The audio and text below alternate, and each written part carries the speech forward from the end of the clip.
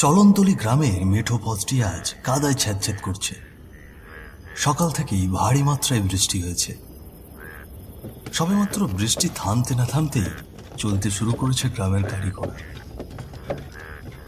টকর টকর শব্দ করে এগিয়ে চলেছে গরুর গাড়ি। কেউ সাইকেল নিয়ে যাচ্ছেন তার গন্তব্যস্থলে। উত্তর দিকে রাস্তাটি ধরে 7 কিলোমিটার এগোলেই পাওয়া যাবে চুরুলিয়া গ্রাম। আর সেই গ্রাম থেকেই আজ এসেছিল কিছু লোক মেয়ে দেখতে। মেয়ে বেশ পছন্দ হয়েছে ছেলেপক্ষের। রূপে গুণে লেখাপড়ায় সব দিক থেকেই পারদর্শী। ছেলে মেয়ে দুজনেই রাজি। বিয়ের তারিখ ঠিক করে ছেলেপক্ষের মানুষগুলো দুটি ভ্যান গাড়ি করে ফিরছেন চুরুলিয়া গ্রামে। চলো শুরু করি আজকের মর্মান্তিক একটি হাড় কাঁপানো ঘটনা, বৃষ্টির রাতের বরযাত্রী। 5 জন ছিল দুটি ভ্যানে। একটি ভ্যানে আছে হারান খুঁড়ো, চুরুলিয়া গ্রামের একজন গণ্যমান্য ব্যক্তি। ছেলের বাবা হরিপদ আর ছেলের মামা কেষ্ট। অপর ভ্যানে বসে আছেন ছেলের খুব কাছের বন্ধু বিমল, আর তার পাশে বসে আছেন ছেলে, অর্থাৎ যার জন্য পাত্রী দেখা হলো। নাম সুভাষ। দেখতে শুনতে খারাপ না, রেলে চাকরি করেন। বেতন আনুমানিক 18 থেকে 20,000 টাকা। পাকা কথা যেহেতু হয়েই গেছে, সেহেতু খুশি মনে সকলেই বাড়ি ফিরছেন। ও খুড়ো, ছেলের বউটারে কেমন লাগলো শুনি? কেন রে, ভালো লাগলে কি আমার সঙ্গে বিয়ে দিবি নাকি? হ্যাঁ, তাহলে দে, সুন্দর একখান বউ পামু।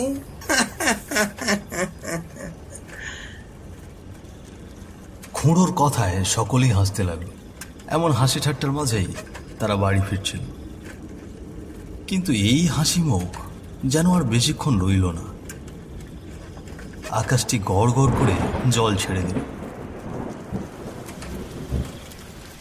এই সেরেছে গো, আবার যে বৃষ্টি নেমে এলো। আজ মনে হয় আমাদের আর বাড়ি ফেরা হচ্ছে না।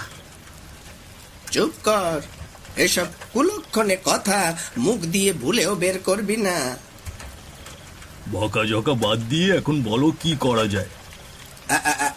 এই ভ্যানওয়ালা, ওই যে সামনে একটা হোটেল দেখতে পাচ্ছি, ওখানে এই গাড়িটা থামাও। এভাবে তো আর বাড়ি ফেরা যায় না। বৃষ্টি থামলে তবেই বাড়ির উদ্দেশ্যে রওনা দেব। হ্যাঁ হ্যাঁ, সেই বোধহয় ভালো। ভ্যানওয়ালাটি হোটেলের সামনে গিয়ে ভ্যানটা দাঁড় করালো। সামনের চালককে দেখে পেছনের চালকটিও তার পেছনে দাঁড়িয়ে পড়ল।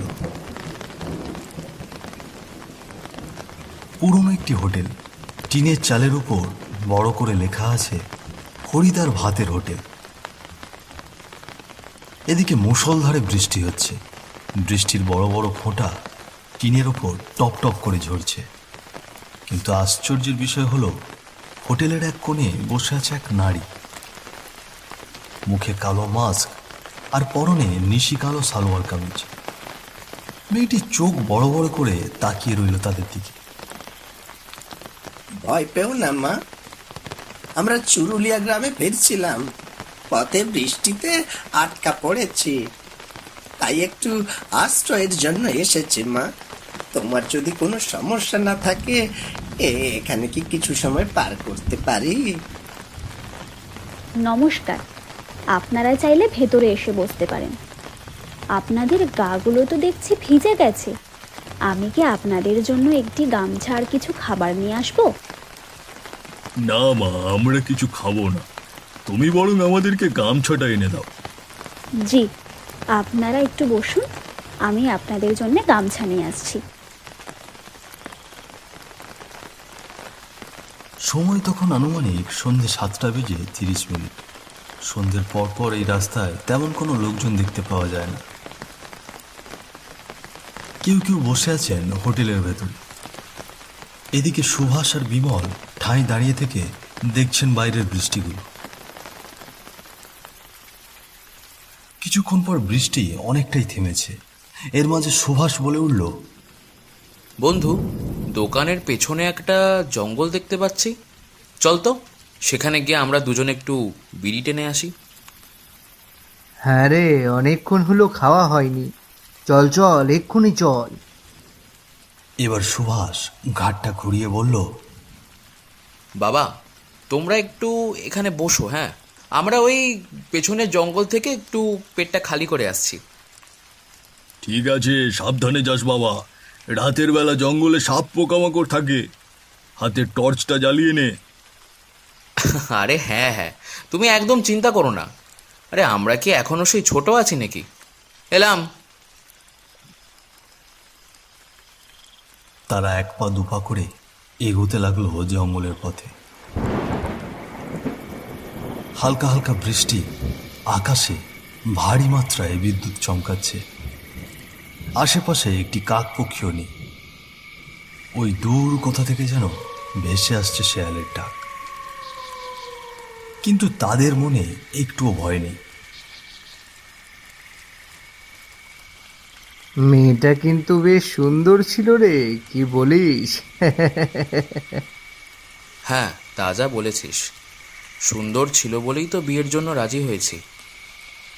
আরে না রে, তোর বউটার কথা বলছি না। তাহলে তাহলে তুই কার কথা বলছিস? আরে হোটেলে যে মেয়েটাকে দেখলাম, কত সুন্দর তার চোখ দুটো, কি মিষ্টি মিষ্টি করে কথা বলে। সে কি রে, বন্ধুর জন্য মেয়ে দেখতে এসে নিজেই নিজের জন্য জুটিয়ে নিয়েছিস? বাহ, ভালো ভালো। তা বলছিস যখন, প্রস্তাবটা দিয়েই যাই নাকি? ভালোই হবে, দুজনে একই গ্রামে বিয়ে করব, ছুটি পেলে আমরা একসঙ্গেই শ্বশুরবাড়ি আসবো। কি বলিস? দে বিড়ির প্যাকেটটা দে। এই রে, এই হাঁটতে হাঁটতে তো অনেক দূরে চলে এলাম। আরে এই বিড়ির প্যাকেটটা দিবি তো।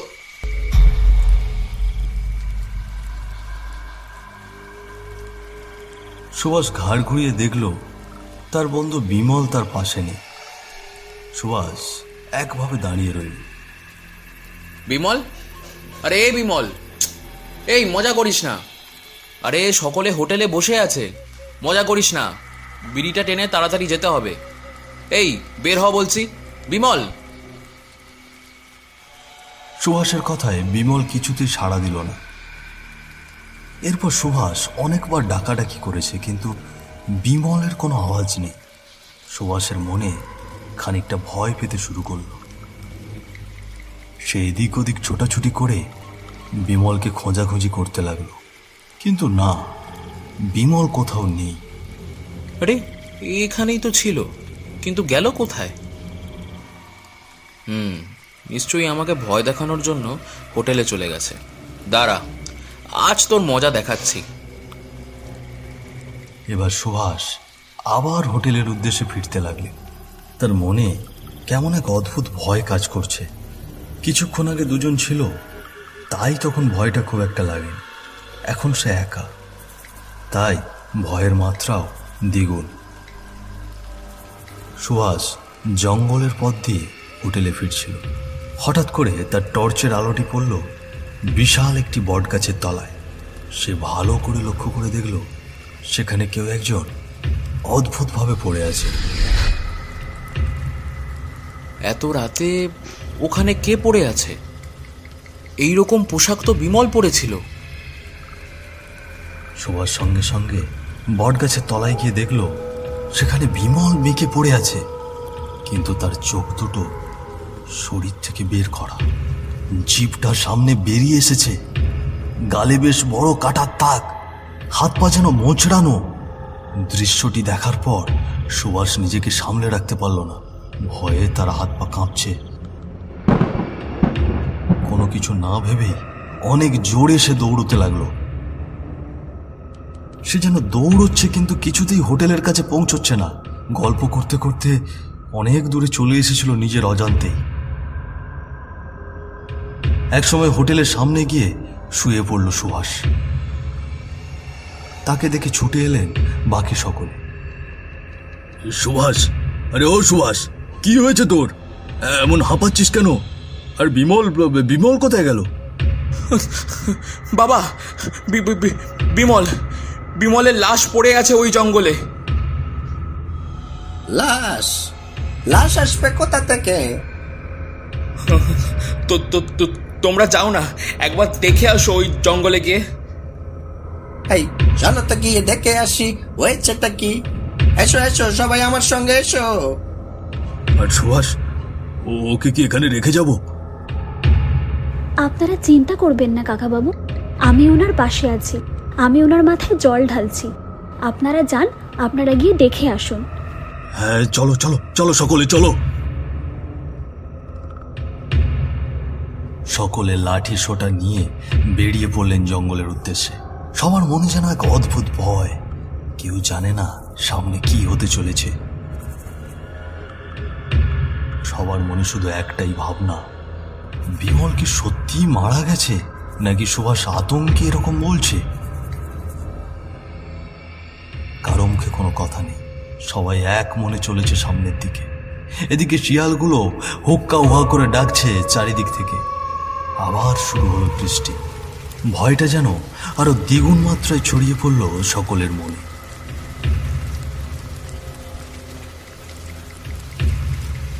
চলতে চলতে তাদের টর্চের আলো গিয়ে পড়ল বিমলের লাশের ওপর। এই বৃষ্টির মধ্যেও সকলে ঘামতে শুরু করলো।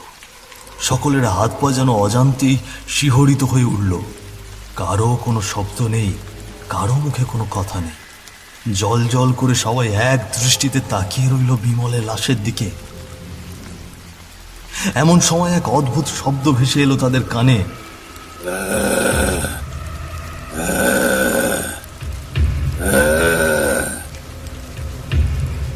ধীরে ধীরে কিছু একটা নেমে আসছে সেই বট গাছটি বেয়ে।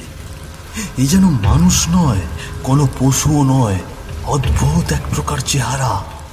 মাথা নিচে রেখে পা ভাঁজ করে ধীরে ধীরে নেমে আসছে মাটিতে। জীবগুলো সামনে বেরিয়ে এসেছে। অদ্ভুত একটি চেহারা, যার কোনো বিশ্লেষণ নেই। তোরা এসেছিস, তোদের জন্যই অপেক্ষা করছি। তোরা কি চাস না প্রাণে বেঁচে ফিরতে? আরে ও কুড়ো, দেখছো কি? জলদি পালাও, এ মানুষ নয় গো, ভয়ঙ্কর এক আত্মা। ভুলেও পালানোর চেষ্টা করিস না, আমার হাত থেকে বেঁচে ফিরতে পারবি না। শোন, আজ তোদেরকে একটি গল্প শোনাবো, শোন তোরা।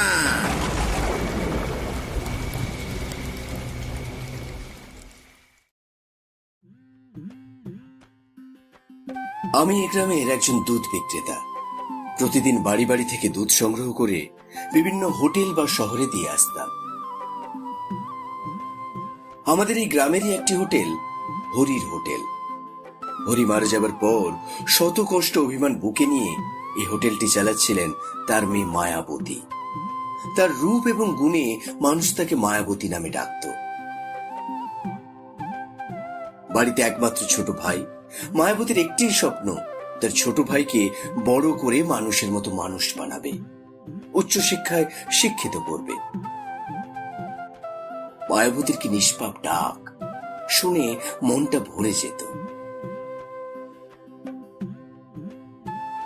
রামুদা, তুমি না প্রতিদিন সন্ধ্যে 6টা নাগাদ বাড়ি আসো, আজ এত দেরি করলে যে?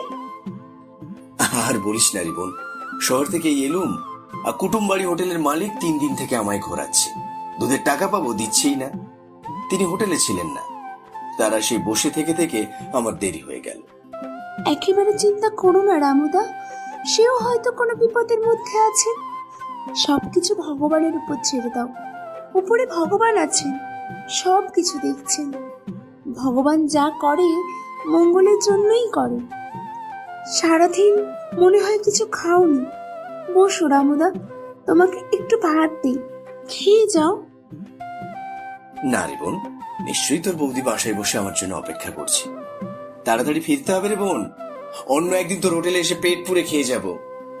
দাদার কাছ থেকে কিন্তু টাকা বেশি নিতে হবে বলে দিলুম। টাকা দিতে হবে না দাদা, আমার ছোট্ট ভাইটার জন্য একটুখানি আশীর্বাদ করে দিও। ভগবান তোর ভালো করুক। আসি রে বোন, ভগবান চাইলে আবার দেখা হবে।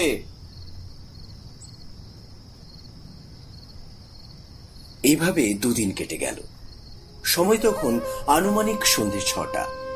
সেদিনও শহর থেকে ফিরতে আমার একটু দেরি হয়ে যায়। মায়াবতীর হোটেলে এসে দেখি মায়াবতীর হোটেলটি বন্ধ। সন্ধ্যে নাগাদ মায়াবতী হোটেল বন্ধ করে বাড়ি ফিরে যায়। তাই আমি আর তেমন কিছু না ভেবে আমার বাড়ির পথে রওনা দিলাম। পথের মাঝে আমি দূর থেকে লক্ষ্য করে দেখছি দুজন ছেলে একটি মেয়েকে টেনে হিচড়ে জঙ্গলের দিকে নিয়ে যাচ্ছে। আমি আর নিজেকে সামলে রাখতে পারলাম না। কাছে গিয়ে দেখি মেয়েটি আর অন্য কেউ নয়, আমাদের গ্রামের লক্ষ্মী মেয়ে মায়াবতী। তার গলায় ছিল গামছা পেঁচানো।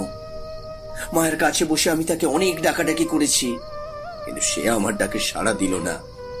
তার নাকে হাত দিয়ে দেখলাম নিঃশ্বাস নেই। ততক্ষণে চলে গেছে মেয়েটি আমাদের ছেড়ে। সেই মুহূর্তে আমি আমার দু চোখের জল ধরে রাখতে পারলাম না। মায়া, ওঠ বোন, আমাদেরকে ছেড়ে তুই এভাবে চলে যেতে পারিস না, পারিস না। তোর ছোট ভাই যে এতিম হয়ে যাবে, তুই ছাড়া আর তার কি আছে এই পৃথিবীতে। ওঠ বোন, ওঠ। মায়া নড়ছে না, নিশ্চুপ ভাবে দুটি চোখ বন্ধ করে নীরবে শুয়ে আছে। অনেক আগেই চলে গিয়েছে সেই পৃথিবী ছেড়ে। শয়তান ছেলে দুটো মায়ার সঙ্গে জোর জবরদস্তি করে তাকে গলা চেপে হত্যা করেছে। মনে মনে সিদ্ধান্ত নিয়েছিলাম তাদের দুজনকে এর কঠিন শাস্তি দেব, কিন্তু তারা আমাকে এক ধাক্কাতে মাটিতে ফেলে দেয়। এরপর সেখানে পড়ে থাকা একটি ইট দিয়ে অনবরত আমার মাথায় মারতে থাকে। শরীর থেকে আমার আত্মা অনেক আগেই বেরিয়ে গেছে, কিন্তু তবু ওই শয়তান দুটো আমার মাথায় আঘাত করতেই থাকলো। রক্ত যেন নদীর স্রোতের মতো বয়ে চলে গেল মাটিতে। ওই শয়তান দুটোর একজন পড়ে আছে এই গাছের নিচে। নির্মম ভাবে হত্যা করেছি তাকে। আরেকজন আছে ওই হোটেলে। হোটেলের মেয়েটি আর অন্য কেউ নয়, সে আমাদের মায়াবতী। গিয়ে দেখ, ওদের ছেলের লাশ গাছে ঝুলছে। মায়াবতী তাকে ছাড়বে না, নির্মম ভাবে হত্যা করবে। তারা আর এক মুহূর্ত দেরি না করে দৌড়ে গেল সেই হোটেলে। কিন্তু সেখানে গিয়ে দেখলো সেখানে কোনো হোটেলই নেই। পড়ে আছে একটি ফাঁকা জায়গা, তার উপর দাঁড়িয়ে আছে একটি বিশাল গাছ। সেই গাছের ডালে ঝুলছে সুভাষের লাশ। আর ওই দূর থেকে মায়াবতী এক নজরে তাকিয়ে আছে তাদের দিকে। একসময় নির্মম এক হাসি দিলেন মায়াবতী। আজ আমার প্রতিশোধ নেওয়া শেষ। এখন আমি মুক্ত আমি। ভগবান তোমাকে স্বর্গবাসী করুক মা। পাপের ফল এ পৃথিবীতে পাওয়া যায়। তো আসুন আমরা পাপ থেকে দূরে থাকি, সত্যের পথে চলি, ন্যায়ের রাস্তা ধরে। গল্পটি ভালো লাগলে আপনারা আমাদের চ্যানেলটি সাবস্ক্রাইব করে আমাদের সঙ্গে থাকবেন এবং বেল বাটনটি প্রেস করতে একেবারেই ভুলবেন না। আসছি আরও একটি নতুন গল্প নিয়ে খুব শীঘ্রই।